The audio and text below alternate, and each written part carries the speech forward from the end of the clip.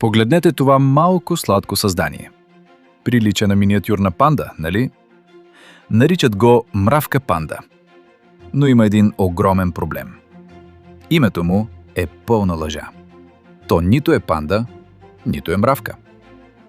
Всъщност, това пухкаво бижу е вид оса без крила. Живее в сухите райони на Южна Америка.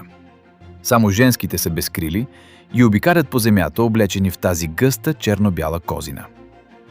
Но ако видите това сладко нещо, в никакъв случай не го докосвайте. Тази окраска е капан. Под пухкавата козина се крие огромно жило. Ожилването е толкова брутално и болезнено, че роднините на това насекомо са известни като убийци на крави. Болката ще ви накара да плачете с часове.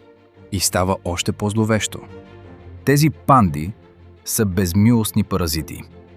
Женската се промъква в чужди гнезда на други пчели и оси, за да снесе яйцата си там. Когато нейното бебе се излюпи, то буквално изяжда бебетата на домакините. Мравката панда е перфектното доказателство, че в природата най-сладките неща често са най-опасни. Тя е истински демон в костюм на панда.